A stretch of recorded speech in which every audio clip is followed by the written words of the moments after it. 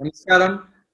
On behalf of the Association of Surgeons of India, nothing gives me more pleasure than to warmly welcome you, Sadhguru, to the prime time program that is being held during the 80th annual conference of our association on a virtual platform. Sadhguru, our association, the Association of Surgeons of India, is Asia Pacific's largest and the world's second largest surgical association after the American College of Surgeons. And the association represents practicing surgeons and surgical trainees from across the country, and also specialists like the oncosurgeons, breast surgeons, surgical gastroenterologists, colorectal surgeons, genitourinary surgeons, rural surgeons, endocrine surgeons, and we also have surgeons from the armed forces. All of them come under this umbrella organization. And traditionally, every year during the conference, the president of the association is invited to deliver the presidential oration. So for a change, to break the monotony, I thought I must break this monotony and have a luminary, have an engaging conversation with a luminary. And it is such a great privilege to have you, Sadhguru. You escaped your responsibility and putting it on me, huh? I'm an uneducated guy, what will I do with you surgeons, huh? It has been a great blessing, and is a high point in my life to have you in a conversation at this congress. Thank you. So we start off with a few questions, Sadhguru, and thank you very much for your time.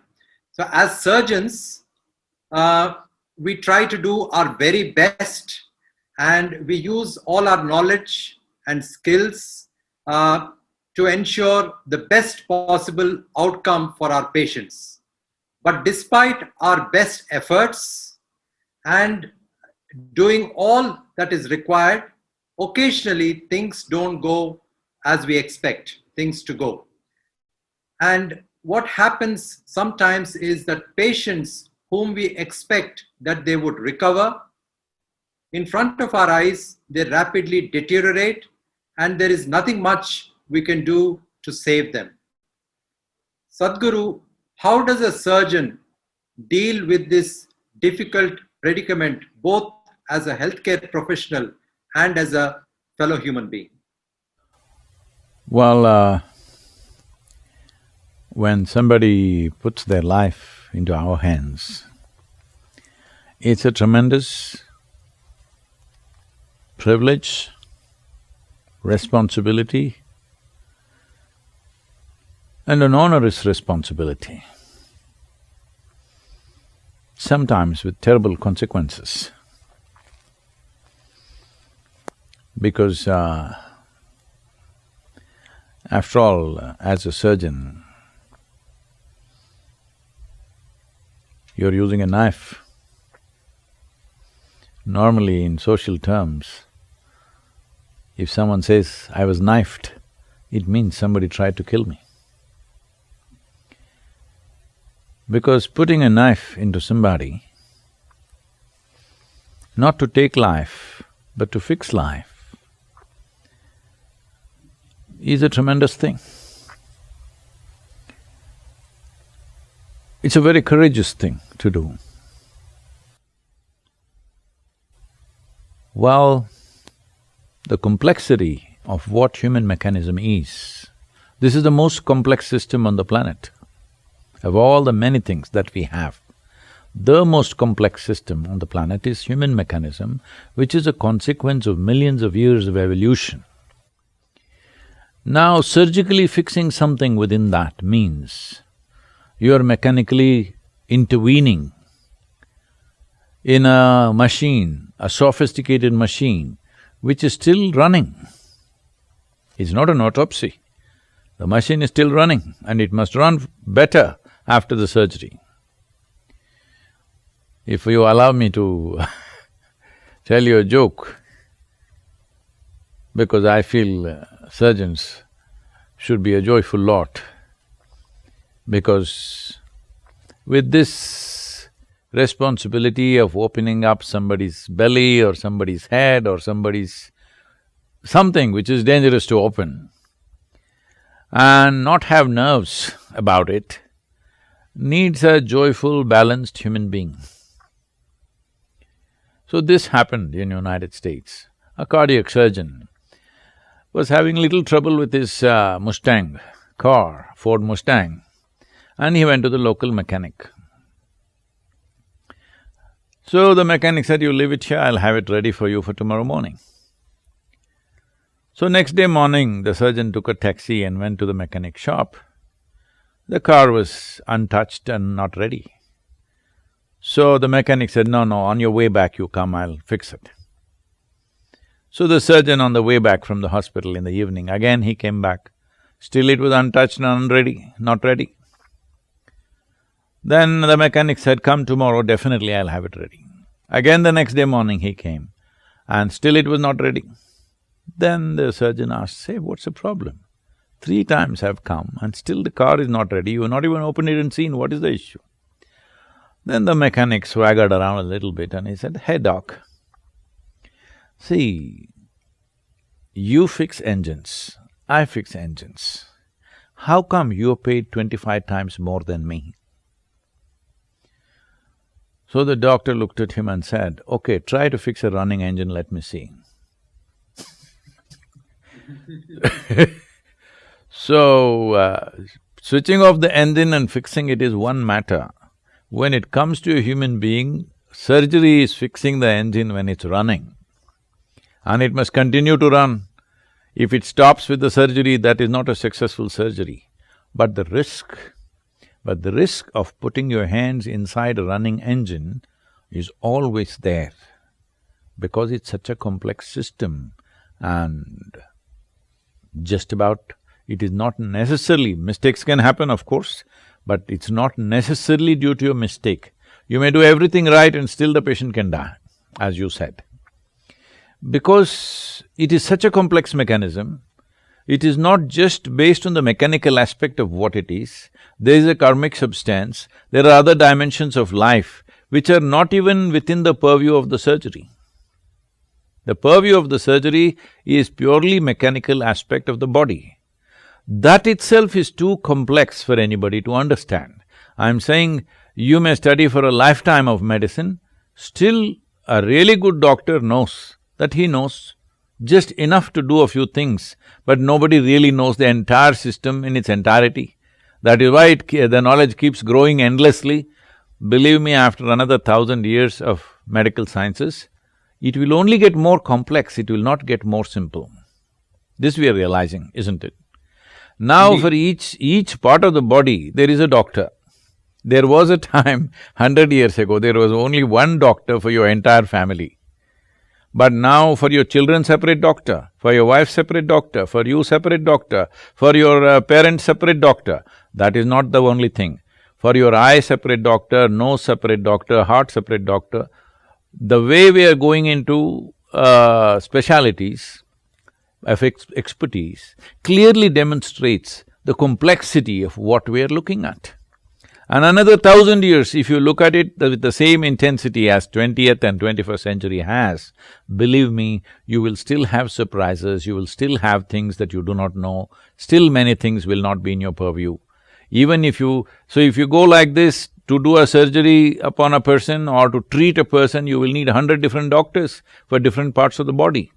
We are getting there because of specialization, which will create so much complexity in the knowledge that we have that to analyze and get to a solution will become difficult. Already it is becoming like that. So, I am not saying this with any negative context to medical science. All I am saying is, you are dealing with something that complex and you are trying to fix it with whatever knowledge we have today, all right? People have been doing surgery from the time of Sushruta, but at that time they did surgery from whatever they knew best at that time. Today we are doing surgery from whatever we know best at this time. 100 years later, our surgeries may be very, very different. Our surgery capability, what it was 25 years ago, what it is today, is unimaginable. but still it is very limited, because that is the nature of creation. It is so absolutely complex and sophisticated.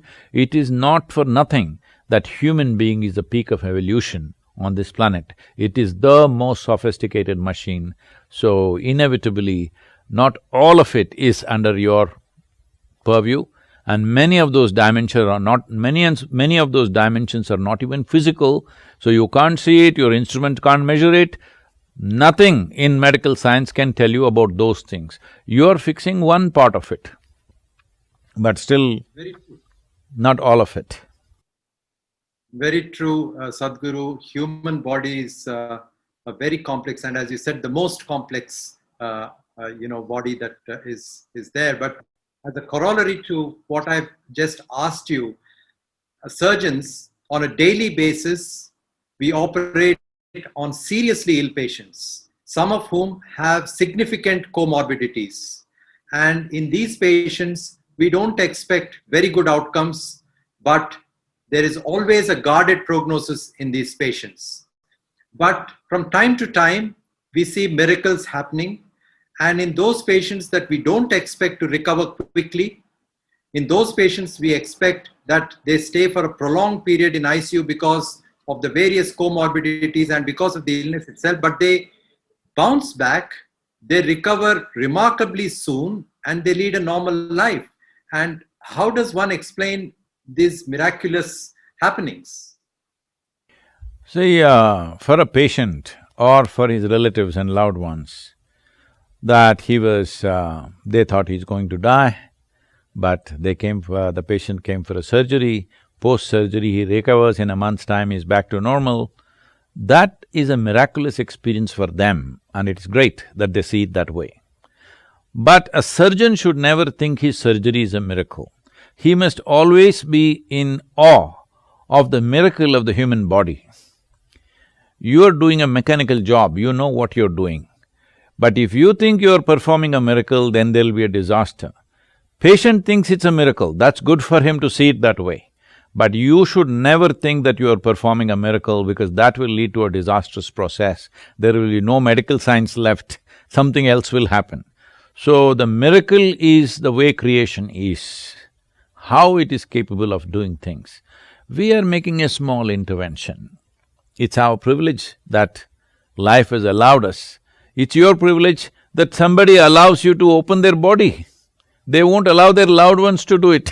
I'm saying, hello, if somebody says, I want to open your heart and see, will anybody allow? No, but they allow you to do that. It's a tremendous privilege. We must always bow down to that trust that somebody is offering to you, that they're willing to knife them. They're willing to allow you to knife them, you know?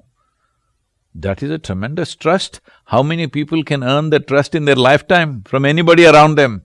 So they're offering that to you, maybe out of helplessness, but you don't look at their side. From your side, you look at it, that they are privileging you with something that they do not honor their parents or their spouse or their children with, but they're giving it to you. They will not allow their wife or husband to open their heart and see what is inside, but they'll allow you. It's a tremendous thing. So let not the doctor ever think he's performing a miracle. He is doing a little bit of re-engineering for a fantastic engineering which is already there, a little bit of re-engineering. So what is a miracle in one person's experience is actually engineering in another person's experience or knowledge. So as far as you are concerned, you are doing a mechanic's job for a very sophisticated machine. See, right now, if somebody is driving a bus, we call him a driver. But if somebody is driving an airplane, we call him a pilot. Similarly, if somebody is fixing a bicycle, we say he's a mechanic. If somebody is fixing a spacecraft, we say he's a scientist. Similarly, you are a surgeon, but actually the job is mechanical. There's nothing wrong with that. I keep describing myself as a mechanic. People ask, Sadhguru, but you are not doing any miracles, you are not blessing us, no gold chain is coming. I can add one medal to you if you want. Sadhguru, actually, I think you misunderstood my comment that I don't think that we are doing a miracle. No, no, I did not… No, I got the question, but I'm just saying, not just for you. A doctor, the one who performs it, should never think it's a miracle. He should look at it as mechanics. Another person experiences a miracle, that's fantastic, you know. That is the privilege you have, I'm saying. Though you are only exercising what you have studied and understood, somebody else thinks it's a miracle. The same with me. Everybody thinks I'm causing miracles. I clearly know, I'm only exercising the knowledge and knowing that I have. What I perceive is what I am doing. Similarly, what you perceive about the human body is what you are doing. You are not doing a miracle, but how fantastic it is, somebody thinks you are conducting a miracle. Isn't it fantastic? Such a privilege. I'm saying never ever complain about that privilege. It's a tremendous privilege, but at the same time it comes with the responsibility that sometimes the miracle that they expect does not happen. You may know mechanically that this is not going to work, but you may give it a try hoping something will happen. But when the miracle doesn't happen to their end, they are very deeply disappointed because somebody is dead or somebody does not recover or whatever happens as a consequence. So this is a transaction where two different parties are looking at it differently. One is expecting a miracle, another is trying to exercise his knowledge. So it's a very tender kind of relationship. A very big responsibility as a surgeon. So, one of the major limitations, Sadhguru, in a surgeon's life is to lead a balanced life. A surgeon cannot work from 9 to 5. Many times the operating goes on very late and we start very early as well. And it's all the time work, work, work, leave early in the morning, and sometimes many of us come back very late. And this creates a lot of tension at home. The family is not happy, and the kind of environment, a happy environment which should be at home once you come back, sometimes is missing. So how does one strike a balance and yet lead a peaceful, content and happy life? So essentially you are saying too many surgeries but not enough surgeons in the world. So one thing is, we must definitely strive to increase the number of surgeons because a stressed surgeon is a dangerous man, okay? You don't want to go under his knife when he is in a certain level of stress or distress about his own condition or his family or whatever other situations that he goes through in his life should not get transmitted through his knife, because it's possible. Because a sports person goes out there after a lifetime of practice, but if he's little stressed about some situation, he becomes a total failure. Let's say a cricketer goes out there to bat, but he has some personal stress today, you will see he will just do something which doesn't work because in a way he's trying to use it bat like a scalpel, all right, for his profession. So, but there it is just out, here somebody else gets out, which is not a good thing. So it's extremely important. I would say definitely the number of surgeons should go up, but more than that, the number of surgeries that we are doing in the world must go down. This will only go down if we create a culture of health. We are not focusing on creating culture of health, we are only talking about healthcare, as if somebody else can deliver health to us. Somebody else delivering health to us is not a good idea. Health must happen from within us. Beyond that, certain things will come to us. For that, a doctor is needed. Beyond that, a doctor cannot fix it. Then a surgeon should come in. Right now, I feel too much surgery is happening. I'm sorry, I know people are not going to like this, but I'm saying I feel there is too much mechanical intervention with human body, which could be significantly brought down, if not largely. It could be brought down to a certain level where only beyond a certain level surgery is needed. But first of all, why does a human being get to that level? He lives wantonly, irresponsibly, he doesn't know what to eat, what not to eat, how to sleep, how to get up, nothing he knows. Nobody has taught him what he should eat. Even today, After millions of years of living on this planet, still we don't know what to eat. Every other creature has figured out what to eat, what not to eat for their well-being. Human beings, the most intelligent, are still debating what is the best food to eat. They have not figured it out.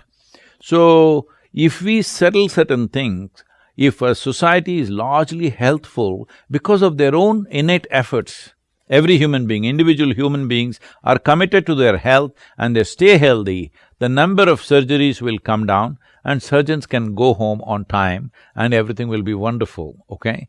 Maybe it is not commercially a good idea, but I'm saying we need to invest in other ways. Right now, what I'm seeing is in Hyderabad city, I see advertisements, come and have your surgery done here.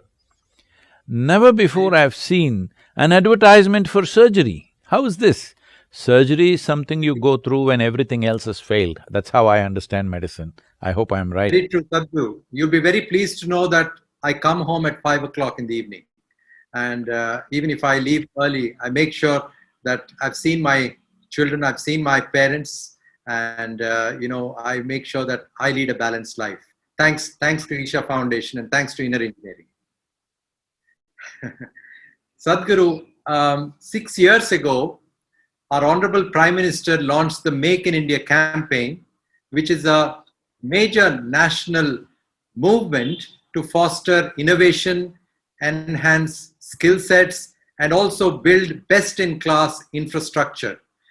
And in terms of medical healthcare, I would use the word healthcare, although you just brought out that point, we have the most brilliant minds as far as doctors are concerned, whether it is their knowledge, their abilities, or their skills, wherever they are in the world, they are really the best. We see many doctors who are really made a name for themselves in different parts of the world. Similarly, in terms of medical infrastructure, we have very good hospitals and we have very good medical institutions as well, medical colleges. But Sadhguru, having worked in the UK for 10 years and having worked in some of the best centers of excellence, how do we make a Harvard or an Oxford or a Yale or a Cambridge in India, and how do we develop leaders in medical education and in healthcare infrastructure and have a world rating that we have the best infrastructure, not only doctors, but we also have the best infrastructure relating to delivering medical care? See, that's a very vital question for the country's development in this area, because we have 1.4 billion people. If we have a healthy and focused 1.4 billion people, then this very nation will become a miracle. But if we have unhealthy, unfocused, uneducated 1 billion people, we will be the greatest disaster. Right now we are at that time, at that juncture. In many ways, we are at that cusp. Either we are going to cross this chasm or we are not going to. In various forums, in many ways, I have conveyed this to the government and to everybody concerned, that what is needed is investment into education. If investment has to happen, you must open it up. I've been asking them to do this. Why don't you allow businesses to invest in medical schools, in engineering schools, whatever, highest level of education? Why I'm saying this is, on one level, how many Indian students are going out to study? Hundreds of them are in Russia, now many of them are in China, many in Germany. Of course, United States they're not allowing, so everybody's in Caribbean, all right, to study and somehow enter United States. Why is this happening? Why can't we provide the same level? But if you go to these universities, the premier universities in the world, whether medical schools or business schools, if you go, most of the deans are Indian origin people. Why is it we are exporting talent? We should export talent, that is fine if we have plenty. You always export something when it is excess. But you're exporting the best and you don't have that here, simply because there is no investment in the arena. And that should happen only if we open up our minds that somebody will invest only if there is profit, otherwise nobody will invest. And why will they invest? Why will I invest and work hard if there is no profit to it? Right now in this country, still profit-making is a evil word.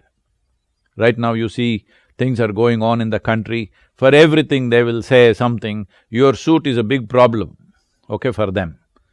They will put you under the suit boot category. I'm saying this, we have not dropped our socialist mindset.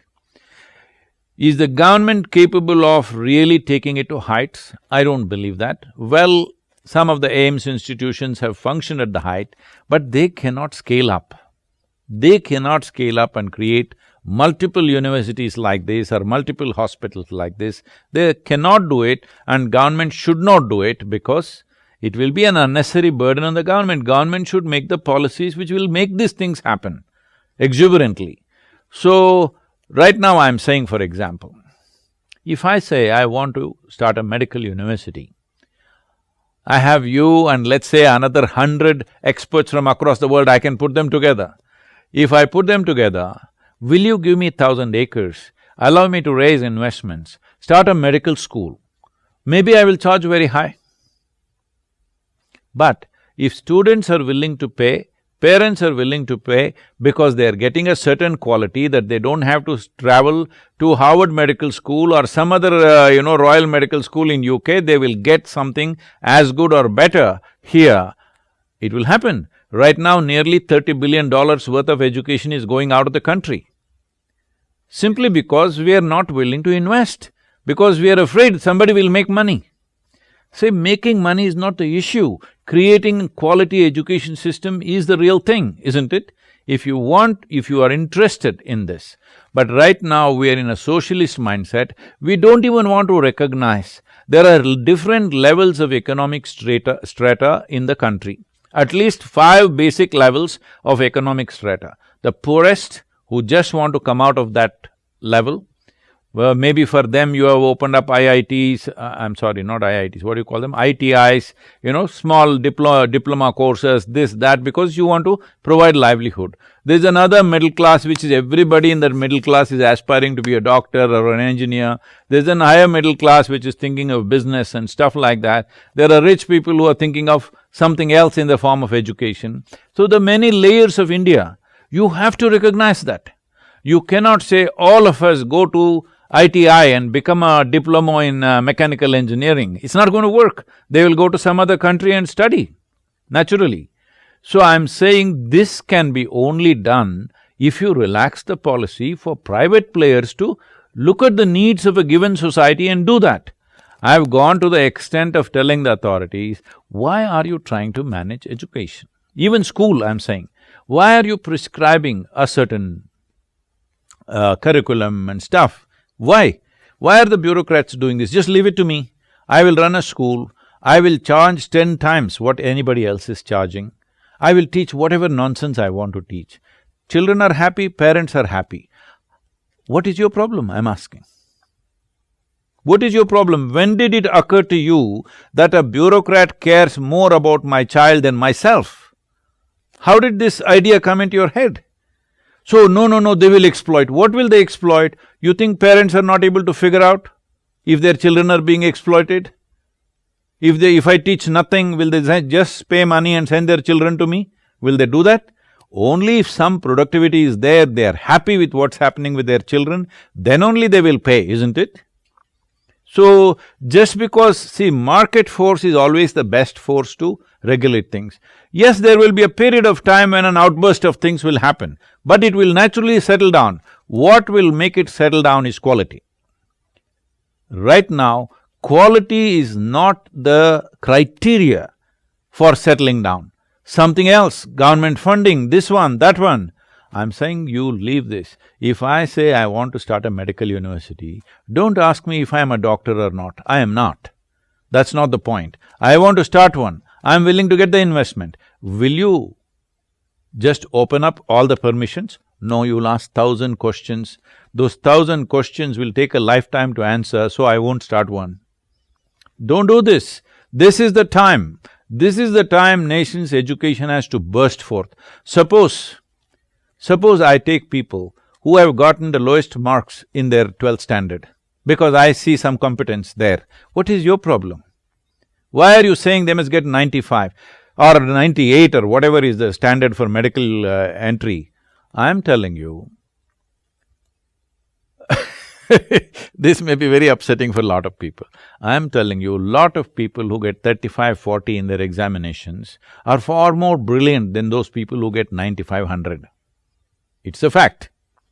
But you will reject them because you don't want efficient doctors. You want somebody who's got zeros in his mark sheet. This is a ridiculous way of selection. No, we got NEET exam. What is NEET exam? It's again like general knowledge kind of exam. It is not really testing anybody's competence. If I set up a medical university, I will set up a completely different level of aptitude test whether you can be a surgeon or not. Just because you got 98, this doesn't mean your hands are good. Hello? Absolutely. Isn't it? You got 98. Does it mean to say that you have the steadiest hands and the sharpest focus in your life? Definitely not. You're just a memory machine. Absolutely. Totally agree with you, Sadhguru. Actually, investment in education has not happened the way it should have happened. I'm just moving on to, whether traditional medicine and modern medicine can coexist, because I deal with treating breast cancer patients on a daily basis, and I get patients who have already commenced alternative treatment before coming to me. And they are very fearful to even express that they are on those kind of treatments. And I'm not against them using alternative treatment. I sit them down, I counsel them, I explain what they have, and I say that as long as you're able to take the allopathic treatment based on the multidisciplinary protocols, I have absolutely no issues in your continuing the alternative treatment. But there is a view that alternative treatment should not be taken in those who have cancer, which I totally disagree. I feel that as long as they're able to take allopathic medicine in the way that they should, and also parallelly use alternative medicine, I have no issues. So do you think traditional medicine and modern medicine can coexist?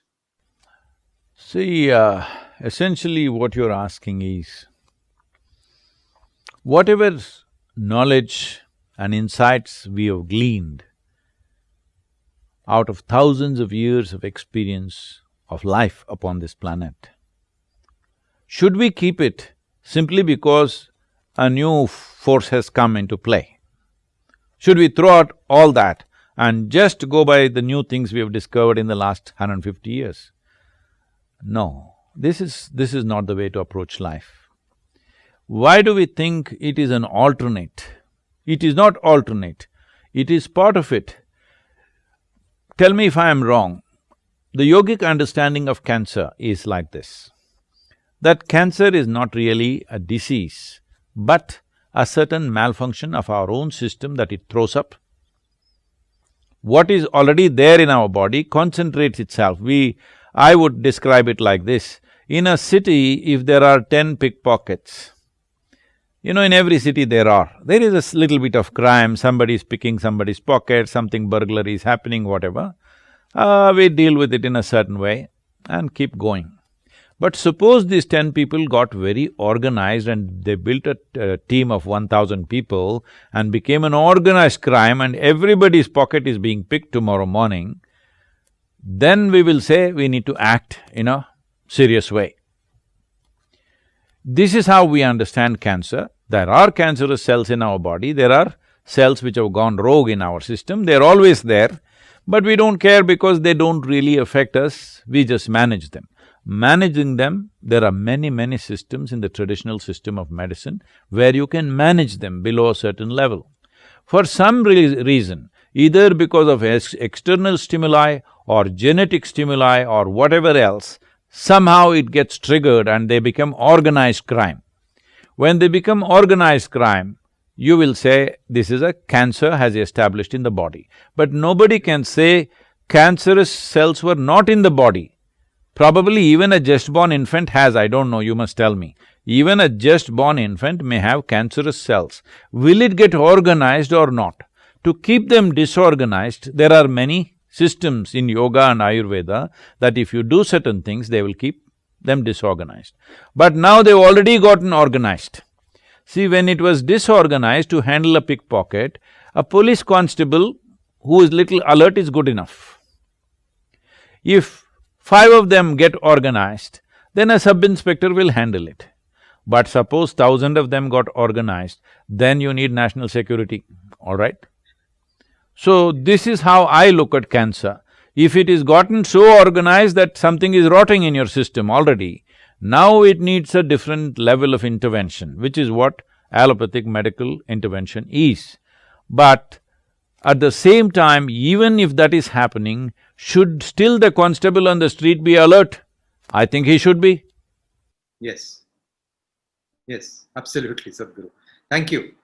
Sadhguru, I'm moving on to something that, you have written a book on death, and and basically there is always this constant fear. That is post-surgery, okay?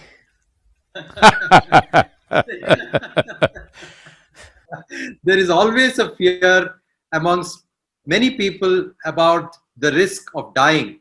In fact, death, as you have described, is an eternal truth and is an existential, phenomenon. So, what are your views, and how do we face death? Let me tell you a story. There was a Jewish surgeon. He's an acclaimed surgeon, doing very well. But his father got some serious surgeries needed for him, for his own father. So he felt very nervous operating upon his own father. And he asked one of his colleagues, who is also good, to do the surgery upon his father. When his father came to know, he insisted, no, you must do the surgery. So he tried to tell him, Father, I can do the surgery, but I'm little nervous doing surgery upon you. Father insisted, no, you must do it. He said, why? My friend is good, he will do it. That is not the point. I want you to know, in case the surgery fails and I die, your mother will come and live with you and your wife. You better know that.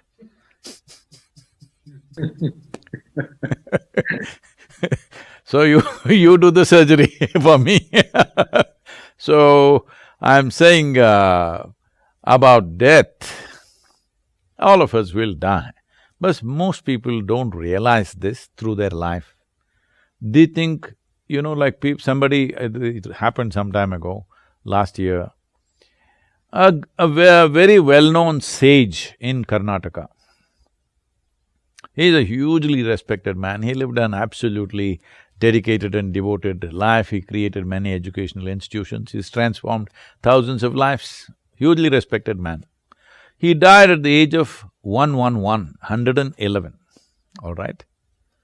And all the newspapers and politicians and others who say condolences, they're saying, we are shocked at his demise. I said, at 111, how are you shocked? What's your problem? Hello? Why are you shocked at 111? You must know from the day you are born, you are on a short fuse.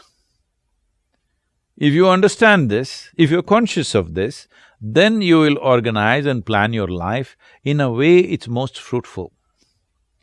If you do not know this, that after 100 years you're still shocked that you may die, well, then you will live a wasteful life because you don't understand it's a limited amount of time.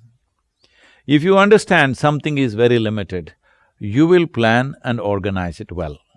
If you think it's unlimited, then you will live wantonly, isn't it?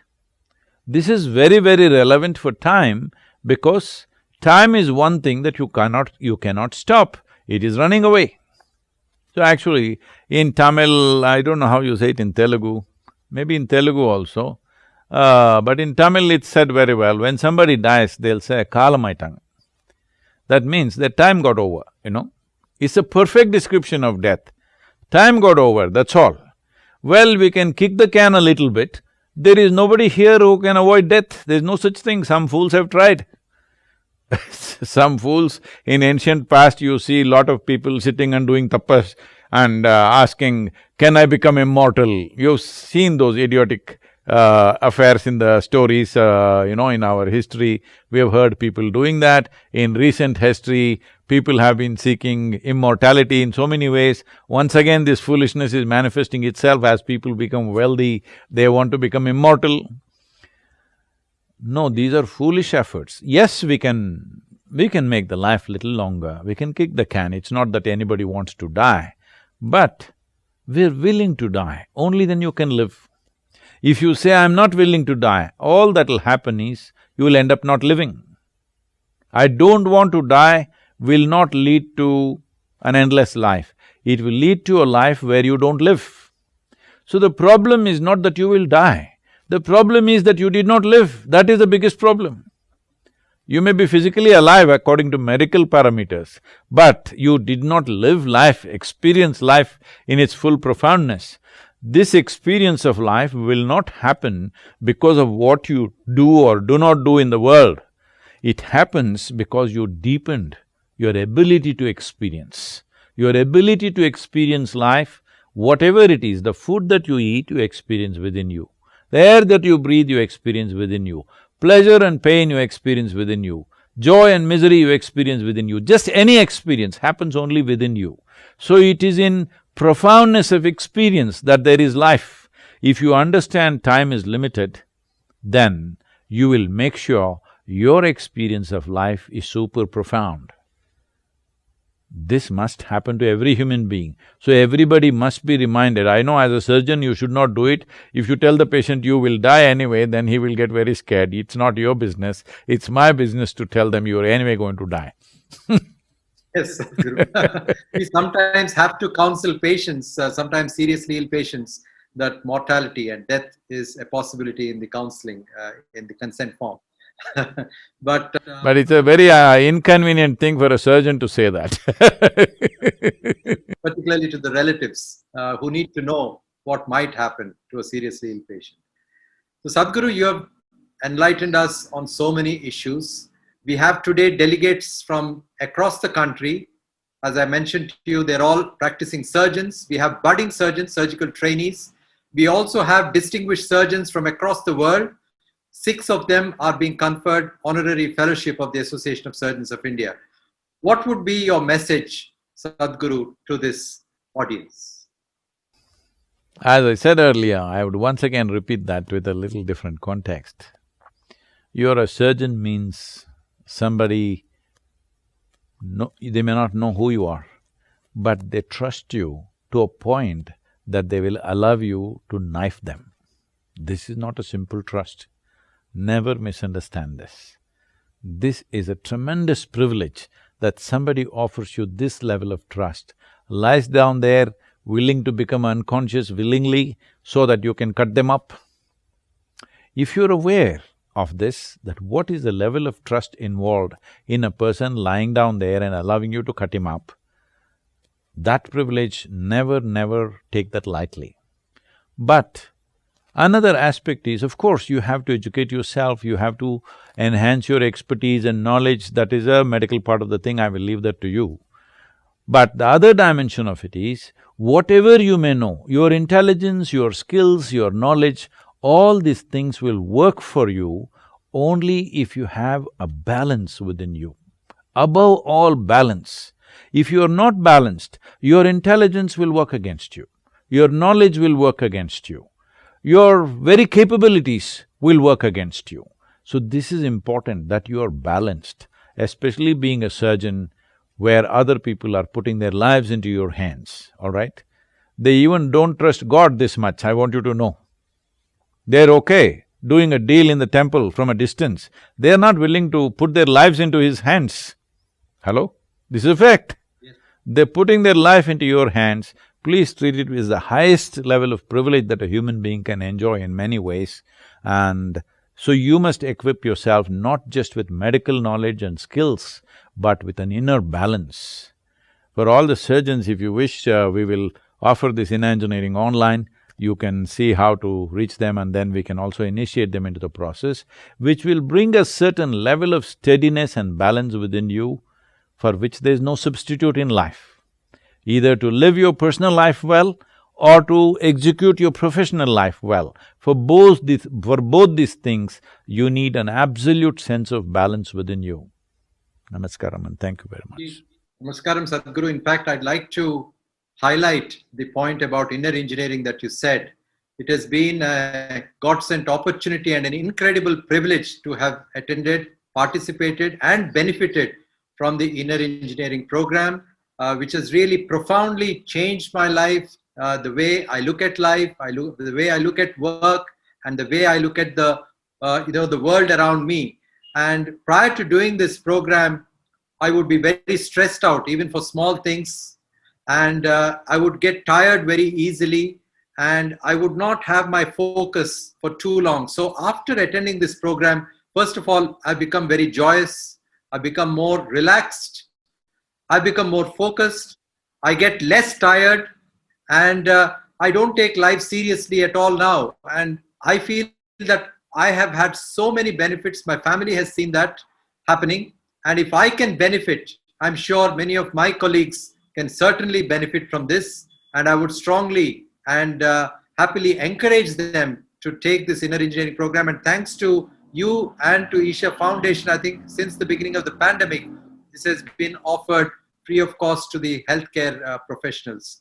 So once again, Sadhguru, I have no words to express my heartfelt thanks to you for sparing your valuable time to be with us today virtually. And to me personally, this has been a high point for me to be able to converse with you in a conversation for 45 minutes. And most grateful to you, Sadhguru, for your grace and blessings. Namaskar. Namaskaram. Thank you.